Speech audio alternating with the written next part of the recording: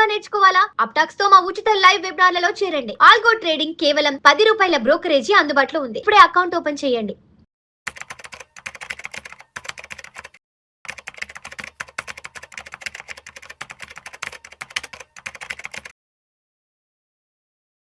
ప్రేక్షకులకి మీ రామచంద్రమూర్తి నమస్కారాలు. ఈ వీడియోలో మనం రీసెంట్గా సెంట్రల్ గవర్నమెంట్ పెట్రోల్ ప్రైసెస్ పెంచింది. ఫస్ట్ 108 మన తెలంగాణలో చూసుకుంటే 108 నుంచి ఇప్పుడు 107 ఉండేది, ఇప్పుడు 113 దాకా వచ్చింది. దాదాపు 3% 4% దాకా పెరిగింది. అలా అయితే అసలు మిగతా కంట్రీస్లో ఎక్కడ ఏమున్నాయి, ఏవి ఎంత పెరిగినాయి, ఈ యొక్క ఇరాన్ వార్ వల్ల పెట్రోల్ ప్రైసెస్ ఎంత హైక్ అయినది అనేది మనం చూద్దాం. ఇప్పుడు మయన్మార్లో చూసుకుంటే దాదాపు 90% పెరిగింది మయన్మార్లోనే లాస్ట్ 3 మంత్స్లో. అలాగే మలేషియాలో 56% పెరిగింది మలేషియాలో. అలాగే పాకిస్తాన్లో తీసుకుంటే 54% పాకిస్తాన్లో పెరిగింది రేటు. అలాగే యూఏఈ తీసుకుంటే 52% పెరిగింది. అలాగే యుఎస్ఏలో 52.4% పెరిగింది. శ్రీలంకలో తీసుకుంటే 38% పెరిగింది. అలాగే కెనడాలో 31% పెరిగింది. అలాగే ఫ్రాన్స్ 20%, యూకే ఆల్మోస్ట్ 19%. కేవలం మన ఇండియాలో వచ్చి 3.2% సేమ్ టైంలో పెరిగింది. సో సెంట్రల్ గవర్నమెంట్ దీన్ని బట్టి కేంద్ర ప్రభుత్వం ఎంత జాగ్రత్తలు తీసుకుంటుంది అనేది మనం చూడొచ్చు. మన చుట్టుపక్కల ఉన్న కంట్రీలు చూసుకుంటే దాదాపు 50% అయితే పెరగటం అనేది గమనించాం మనం. బర్మాలో కానీ, మయన్మార్ కానీ, పాకిస్తాన్ కానీ, యూఏఈ మినిమం ఇవన్నీ కూడా చూసుకుంటే 50% పెరిగింది. అలాగే బాగా ఇంగ్లాండ్ కానీ, ఫ్రాన్స్ కానీ, తర్వాత ఈ శ్రీలంక కానీ 40%, 28%, 30% అలా పెరిగినాయి. కేవలం మన ఇండియాలోనే 3.2% పెరిగింది. అంటే ఇంకా పెరగమన్న ఉద్దేశం కాదు. మనం కూడా ఏంటంటే రియాలిటీ ఏంటి, మిగతా కంట్రీస్ ఎలా ఉన్నాయి, మన కంట్రీ ఎలా ఉందనేది ఓన్లీ క్రాస్ చెకింగే. దీనికి మేజర్ కారణం వచ్చి మనకి రష్యా పెట్రోల్ అనేది మనం కొంటున్నాం కాబట్టి మనం ఎక్కువ పెట్రోల్ని స్టోర్ చేయగలుగుతున్నాం. లాస్ట్ 2 మంత్స్లో చాలా విపరీతంగా పెట్రోల్ మనం స్టోర్ చేసాం. మన దేశీయ అవసరాల కోసం వాడుకుంటున్నాం కరెక్ట్గా. అందుకనే మనకి వాళ్ళ కష్టకాలంలో ఆదుకుంది. అలాగే చాలామంది ఈ పెట్రోల్ నుంచి కూడా షిఫ్ట్ అవుదామని చూస్తున్నారు. ఎలక్ట్రికల్ వెహికల్స్కి మూవ్మెంట్ అవ్వమని చెప్తున్నారు. అలాగే ఈ పెట్రోల్ ఇంపోర్ట్ విపరీతంగా ఉంది కాబట్టి, బిల్లు విపరీతంగా ఉంది కాబట్టి మనకి ఆల్టర్నేటివ్ ఎనర్జీ సోర్సెస్ చూసుకోవాలి అని చెప్తున్నారు కంటిన్యూస్గా. సోలార్ కానీ, అలాగే ఎలక్ట్రికల్ వెహికల్స్ ఇలాంటివన్నీ మనం వేరేవి చూసుకోవటం ద్వారా మన యొక్క పెట్రోల్ బిల్లు ఇంపోర్ట్ని తగ్గించుకోవడం ద్వారా మనం పెట్రోల్ని అదుపులో పెట్టుకోవచ్చు. కంట్రోల్ చేసుకోవటం అనేది చాలా అవసరం. ఇప్పుడు ఈ ఇరాన్, ఈ యుఎస్ఏ వారు ఇప్పుడిప్పుడే తగ్గేటట్టు లేదు.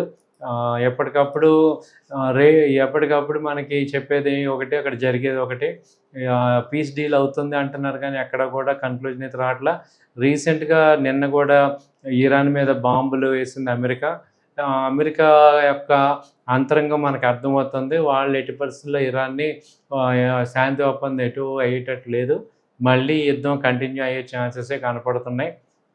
సో అందరం కూడా జాగ్రత్తగా ఉండాలి. అటు పెట్రోల్ వినియోగమే కాకుండా ఇటు స్టాక్ మార్కెట్లో కూడా జాగ్రత్తగా ఇన్వెస్ట్మెంట్స్ చేసుకోవటం, సెలెక్టివ్ కంపెనీస్ చూసుకోవటం, లాంగ్ టర్మ్ వ్యూహాలతో ఉంటే కానీ మనం ఈ మార్కెట్లో గెలిచేటట్టు లేదు. సో అందుకని ఇది ఒక పెట్రోల్ని ఎలా మనం చూసుకోవాలనేది ఈ వీడియో. ఇంకొక విషయం కూడా మీకు ఈ వీడియోలో యాడ్ చేస్తున్నాను.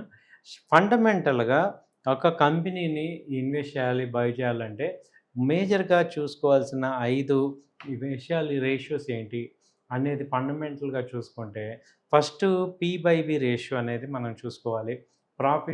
Price to book value. యాక్చువల్గా ప్రైస్ వాల్యూ అంటే మార్కెట్లో ఉన్న ప్రైస్ని ప్రైస్ వాల్యూ అంటాం.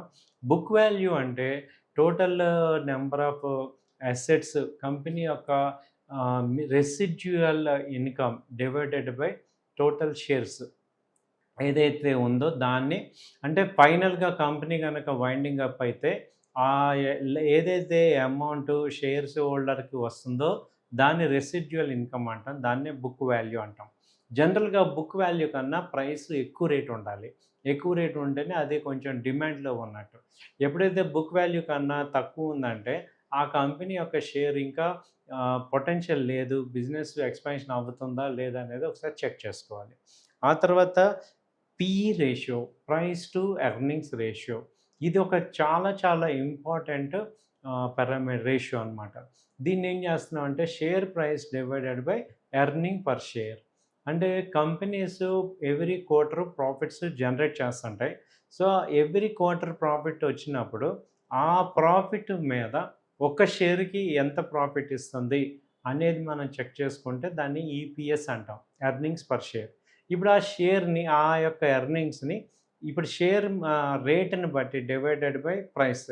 So share price divided by earnings per one share is equal to PE ratio. PE ratio మనకి ఏం చెప్తుందంటే అసలు ఈ కంపెనీ యొక్క షేరు డిమాండ్లో ఉందా, లేకపోతే వీక్గా ఉందా, స్ట్రాంగ్గా ఉందా, ఇండస్ట్రీ పిఈ కన్నా ఎక్కువ ఉందా, తక్కువ ఉందా అనేది మనం కంపేర్ చేసుకోవాలి. ఏదైనా పిఈ 20 to 30 మల్టిపుల్స్ మధ్య ఉంటే అది మంచి కంపెనీ అనేది మనకు అర్థం చేసుకోవచ్చు. ఆ తర్వాత ROCE, return on capital employed. Total క్యాపిటల్ని మనం ఎంత చేసామో దాని మీద మనకి రిటర్న్ ఎంత వచ్చింది అనేది మనకి ఆర్ఓసిఈ చెప్తుంది. ఇప్పుడు మన ప్రాఫిట్స్, సపోజ్ ఒక కంపెనీకి వచ్చిన ప్రాఫిట్స్ని total divided by capital. Capital అంటే share capital plus shares plus debt 3 కలిపితేనే టోటల్ క్యాపిటల్. అంటే అప్పు తెచ్చుకున్నది కూడా కంపెనీ కొన్ని కారణాల వల్ల అప్పులు చేస్తే వాటిని కూడా ఇన్వెస్ట్ చేయడానికి, బిజినెస్ని ఇన్వెస్ట్ చేయటం వల్ల total share capital divided by return అనేది మనం చూసుకుంటే దానికి ఎంత రిటర్న్ వచ్చింది అంటే returns, profits divided by capital. ఇది ఒక బేసిక్ పారామీటర్ అనమాట. ఇది గనక మనకి ఈ కంపెనీ సమర్థవంతంగా ఈ కంపెనీ యొక్క టోటల్ క్యాపిటల్ని వాడుకుంటుందా లేదా అనేది మనకు అర్థమవుతుంది. ఆ తర్వాత ఆర్ఓఈ, రిటర్న్ ఆన్ ఈక్విటీ. అంటే ఇప్పుడు దీనిలో డెట్స్ మైనస్ చేసేసి రిటర్న్స్ డివైడెడ్ బై ఈక్విటీ చేస్తే ఇప్పుడు ఈక్విటీ మీద మంచి రిటర్న్స్ వస్తుందా లేదా, మనకి ఈక్విటీ హోల్డర్కి మంచి రిటర్న్స్ వస్తుందా లేదా అనేది ఆర్ఓఈ మీద వస్తుంది. అలాగే ఎర్నింగ్ పర్ షేర్ అంటే ఈ కంపెనీ అసలు ఎర్నింగ్స్ బాగున్నాయా ఏంటి అనేది ఈపీఎస్లో చూస్తుంది. సో ఈ 5 మనం చూసుకుంటే ఒక లాంగ్ టర్మ్ ఇన్వెస్ట్మెంట్ మనం సరిగ్గా చేయొచ్చు అండి. థ్యాంక్ యూ అండి. నమస్తే.